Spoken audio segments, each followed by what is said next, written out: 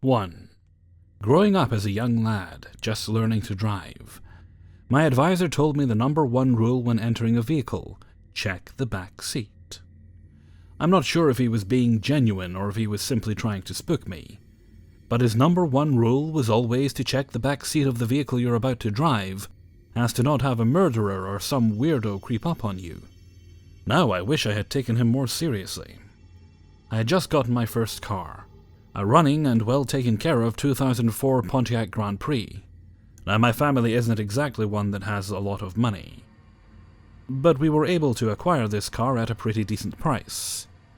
At 170,000 miles, it will make for a decent starter vehicle.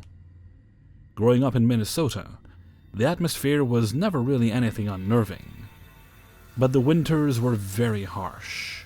This particular winter reached negative 30 degrees. It wasn't anything wonderful.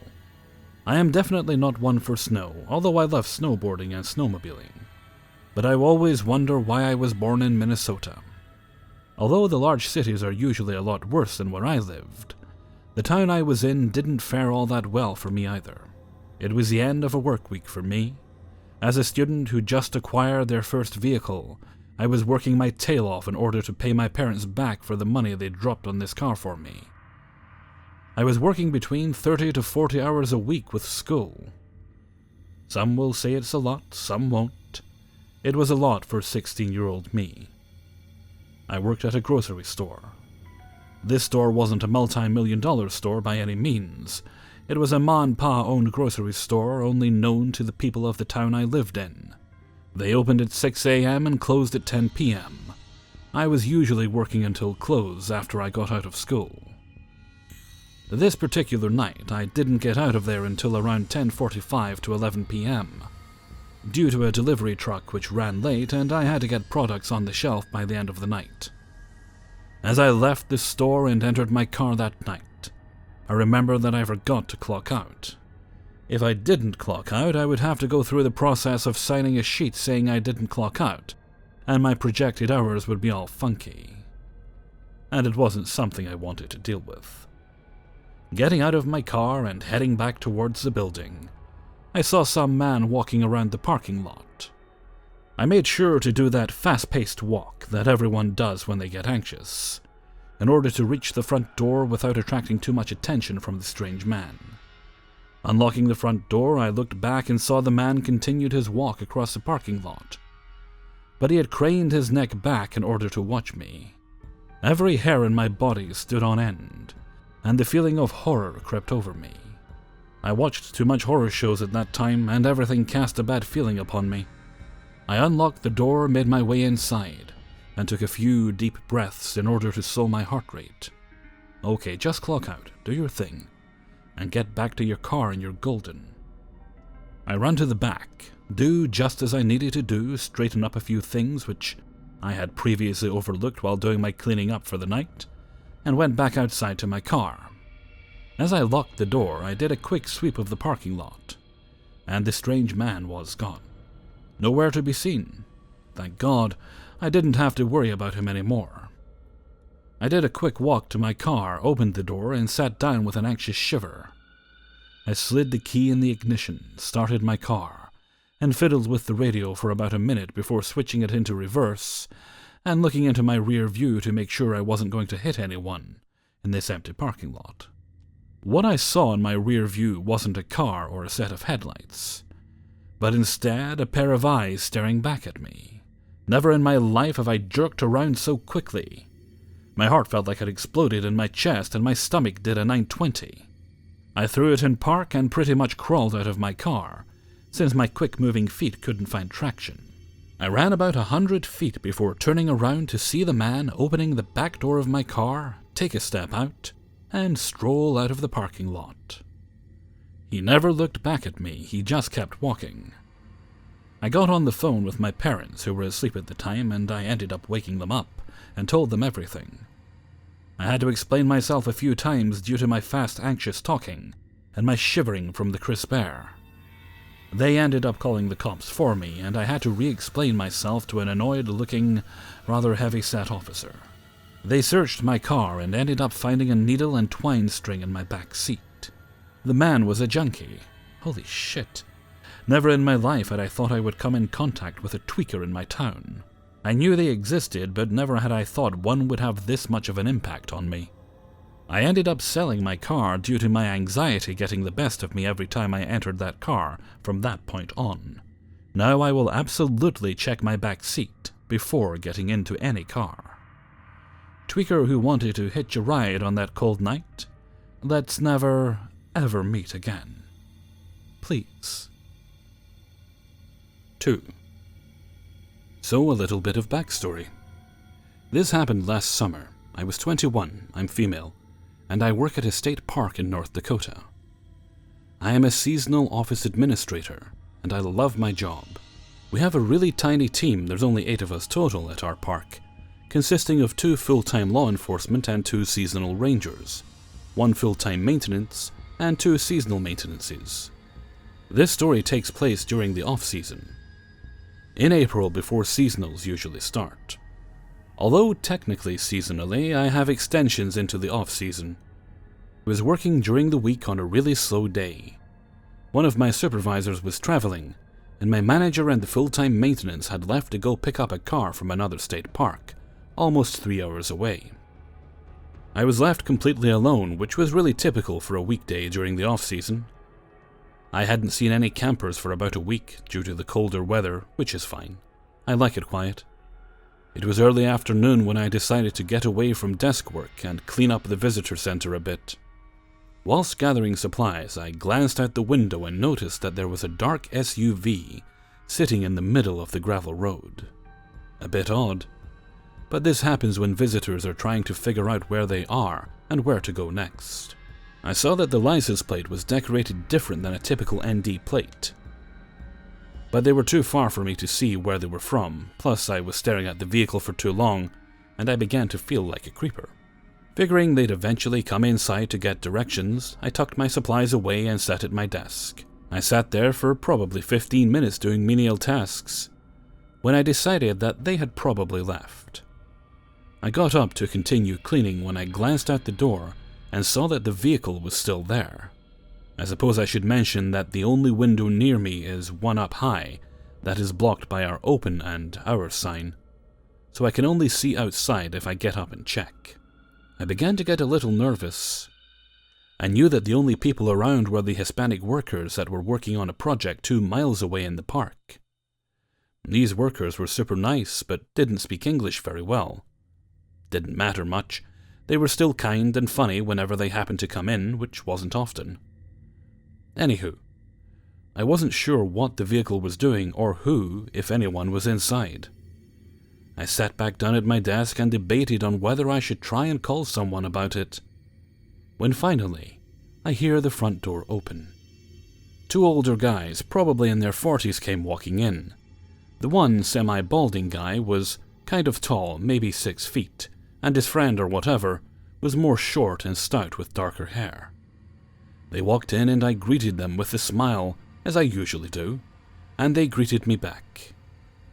I asked them what I could do for them, and the shorter replied that they just wanted to look around. Okay, fine. We have a giant interactive tree in our center and visitors love to look at it. The 2 went towards the back where the tree was and began to talk to one another in hushed tones. The alarms in my head began to light up. They looked at, or at least pretended to look at our displays, when the stout one turned to me and said, "So this is where all the beautiful women in North Dakota are." I nervously laughed and mumbled something to myself. I'm already an awkward person, and I didn't know how to respond to this at all. The 2 casually walked over to my desk and began to ask questions. The taller one immediately noticed the badge that I was wearing on my uniform and quickly asked if I carried a gun. I illegally had to tell him that I was not law enforcement and therefore could not carry a weapon. I had to explain that my badge just meant that I was an official park employee who could force an unruly person to leave. They both laughed and Stout said, "It looks like you would have a hard time forcing anyone to do anything, especially without a gun." I just smiled or grimaced. Not sure what came across to these 2, but they kept asking anyway. "How old are you? What do you do here?" I explained my duties, avoiding the other question. "Do you live here?" I had told them no, I don't live on site, but others do. "Well, who lives in the park?" I explained that the seasonals will in the summer and that the full-time law enforcers do. "Oh? How many people work here? Are they all on staff today, because we haven't seen anyone but you?" Oh boy, that triggered the alarms to start ringing. There was no way that I could tell them I was here all by my lonesome without anyone for miles. I began to tell them about the other staff, but tried avoiding bringing up that no one was in the park. That's when I heard a vehicle pull up and car doors close. Within a few seconds, about 5 or 6 of the Hispanic workers I mentioned earlier walked in. Let me tell you, these guys were intimidating looking. They mostly spoke Spanish and were big, burly dudes. Scary if you decided to try and profile them. Like I said though, they were always super kind to me. The main worker who spoke the most English, who I think saw how nervous I looked, stopped at my desk and interrupted the conversation I had going on with Tall and Stout. "We wanted to stop and have some of your good ice cream. The workers would stop in every few days to grab some of our ice cream we would sell. We want to take a break from this heat and relax in a nice cool building." I smiled and told him to grab the stuff they wanted and to feel free to stay as long as they want. Tall and Stout awkwardly said that they should be leaving soon to head back. Not sure where that was supposed to be, but they finally left. I looked at the main worker and thanked him. He said that the guys were strange. I wholeheartedly agreed. I thanked him again and bought them all 2 rounds of ice cream. They stayed for a while, until they were sure the guys were gone, and left to continue their project. The next day when I saw the manager again, I told him briefly what happened, and he sent out a notice to the rest of the staff about the suspicious guys, and decided that there should always be at least 2 people in the park from then on. This year we have cameras installed and a beeper on our front door. 3. I worked at a local government agency for a long time. Each summer we would get a new crop of interns. Most were fine. Some caused issues, like when we caught 2 of them making out in the file room. Otherwise they were just normal kids from high school or college, trying to get some work experience. In 2016 my department received an intern later than usual, right in the middle of the summer. Warner was a bit older than the usual crowd, around my age, maybe late 20s. We initially hit it off pretty well, and although I found him sort of strange, I didn't mind since he was friendly and we had some common interests. He was the only person in my department who was even close to my age. The interns were all teenagers, and the regular staff averaged around 60, older than my mom. I was psyched to have a peer to chat with, so occasionally I would eat lunch with Warner or stop to talk at his cubicle. His strangeness was mostly an outsized personality, a mix of over-the-top enthusiasm with a bit of social awkwardness. I got 0 bad vibes from the guy. It wasn't long before Warner started having major performance problems at work. He would produce little to no work on most days, no show or arrive late without informing anyone, and generally acted unprofessionally. One day he showed up for work at 3:15 p.m., when our workday ended at 4:30. The office manager was livid and told him to go home. His behavior bothered nearly everyone in my office, but I did not supervise him, and we had plenty of slacker interns in the past. While his antics were a bit of a spectacle, it wasn't a big deal to me. If you're wondering why he wasn't let go, 2 words: political favor. I found out from Warner himself that he was hired because his uncle donated to the campaign of our big boss. He wasn't going anywhere. Near the end of that summer, I put my notice in that I was leaving my job and relocating to a new state. Once Warner caught wind of this, he would constantly complain that it sucked that I was leaving because we barely had time to become friends. I would always laugh lightly in response and give a sympathetic, "Yeah." He would start to monopolize my time at work more and more, and it became disruptive to the people who sat near me. I found it slightly annoying, but I also was extremely happy to be leaving that job for reasons unrelated to Warner, and I spent my last month there not caring much about what my coworkers thought. I tolerated him lingering by my desk. One day, he caught me leaving work and offered to ride me home.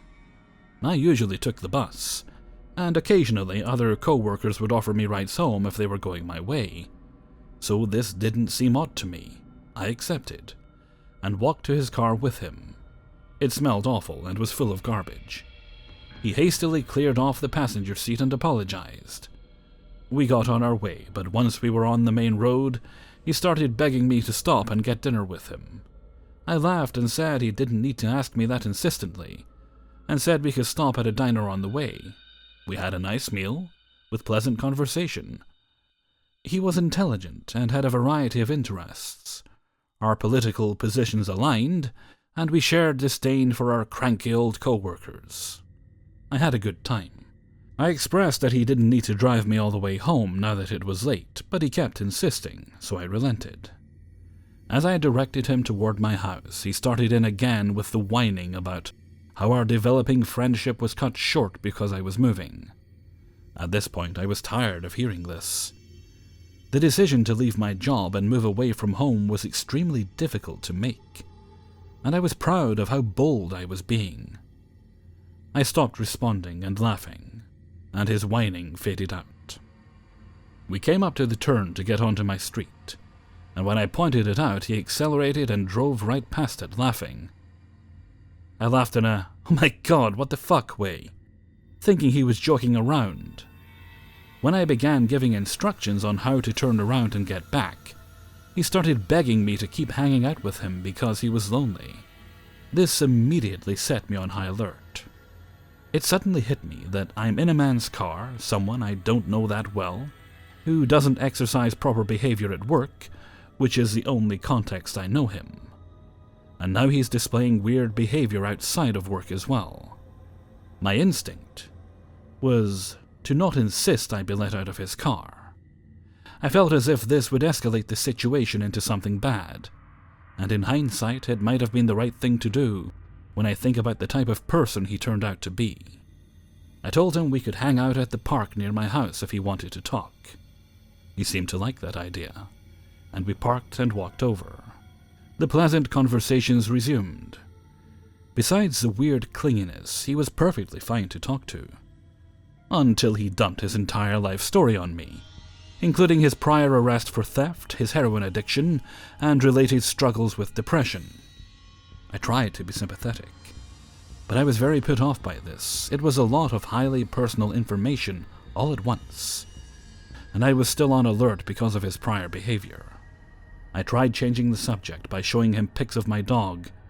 I scrolled one pic too far, and the next one was a photo of me wearing makeup and posing cutely, way different than the slob I was at work. He grabbed the phone and went, "Wow, you're very photogenic." I felt awkward and didn't say anything. There was a long silence, then he launched into a weird tangent about how compatible we are, and that we have similar interests, etc., etc., and that he wishes I wasn't moving so we could try hanging out again, but on a date. I didn't say anything, and he broke the silence with, "Sorry I'm saying all this stuff. I'm actually high right now. That's why I know where Riverside," bad neighborhood that had previously come up in conversation, "is. I went there yesterday to buy. Otherwise I wouldn't have said it. I'm really sorry." Internally I freaked out. He had definitely put his drug addiction in the past tense, and I assumed it was something he was recovering from, not currently using. I also realized I had been in a car he was operating while he was under the influence. I don't know anything about heroin, so I was clueless. I felt very, very stupid. He immediately started whining and begging me not to judge him or hate him, and kept saying over and over again how nice I am and how understanding I am, that I am pretty and smart, and all these weird compliments interspersed with talking down about himself. I didn't know what to do, so I smiled reassuringly and told him not to worry, but that I was tired and wanted to go home. That's when he started crying. He had this weird, wheezy sob, but no tears were coming out. I sat there silently while he did this, trying to come up with some sort of graceful escape plan. My patience was wearing thin, and my anxiety was through the roof. It's a weird feeling to be annoyed and panicky at the same time. I stood up and apologized, said the park was close to my house so I'll walk, and started to leave when I remembered I left my stuff in his car. Trying a new approach, I casually mentioned I forgot my stuff in his car, and joked that if he wanted my dirty lunch containers, he could keep them.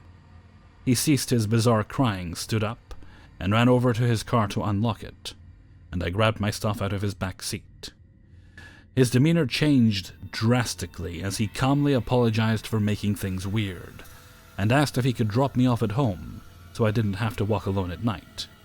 I said yes, but made him drop me off a block over from my little side street, so he couldn't see which house was mine. I could end it there, but what bothered me the most about this guy happened after this encounter. I'll make this part short. A week or two after that weird meeting, end of August by this point, I had my last day at the job and moved 1,000 miles across the country. Warner would sometimes text me long ramblings detailing his feelings about himself and about our missed opportunity. I didn't respond to these messages. Now that I wasn't near him, I didn't feel the need to placate. The texts stopped after a few weeks, and I forgot about him. Fast forward to February, and I get a text from a former co-worker. Her message said, "Sorry you had to hear about it this way." And her next message was a link to a local news article titled, "Man dies from wounds in Riverside stabbing Wednesday." Because of the way she worded it, I thought Warner was the victim. But when I read the article, it included his mugshot and the charges. He was the attacker. He murdered someone. I felt so shocked and disgusted. I couldn't believe I knew someone who killed another human. Later on, I called an old work friend for some details. Apparently, shortly after I left the job, he was fired for trashing the men's bathroom. Just threw around anything he could lift, and poured all the soap out and smeared it all over the place. He then lost his apartment, presumably. Some of the articles about the stabbing describe Warner as homeless man. I have to assume that's how he ended up in the aforementioned Riverside. There are a lot of homeless drug addicts who squat in abandoned houses. I wondered if the man he stabbed had refused to give him something that he wanted. And that is how he reacted to a hard no. I don't think I made all of the wisest decisions during my interactions with Warner, but I'm glad I was able to avoid setting him off, since he was clearly not stable. Hands down, the worst intern I have ever encountered. Hey everybody, Hellfreezer here, and thank you very much for listening to 3 True Scary Stories, episode 331. And thank you very much to everybody who allowed me to use their stories in this video. Okay, this isn't a spooky video, but I may as well mention it here. I've been thinking about Halloween. Now, did I mention this previously? No, I think I just put it up on Twitter. Yeah, I forget where I put things sometimes. Okay, so I think what I'm going to do is I'm not going to do a super duper long video like a 30 stories. I'm not going to do that because I don't have the time or the energy to do that right now. But what I think I will do, I'm thinking of 10 days of Halloween, where we'll still have the regular uploads on those 10 days, but in addition to that, at some point, I'm not sure when in the day, we'll have a scary story, something that falls into the horror genre. People have been asking me to do something by Lovecraft, so I've looked into that. I had to do a bit of thinking on whether or not I actually wanted to go near that subject, but I think it'll be okay to do. So Lovecraft and stuff by Poe, and we'll see what else I can rustle up. I mean, we're at the end of September. Just starting October. So I'll have about 20 days to get it done. I think it's Halloween. It's always the last day of the month, isn't it? I get muddled up by all these holidays. So I'll have about 20 days to get everything prepped and uploaded. And I'll probably start uploading them on about the 21st through. Yeah, that'll probably work okay. So that's what I'm planning for Halloween. Okay, and with that, I'm going to head off for now. So until next time, thank you very much for listening, and take very good care of yourselves.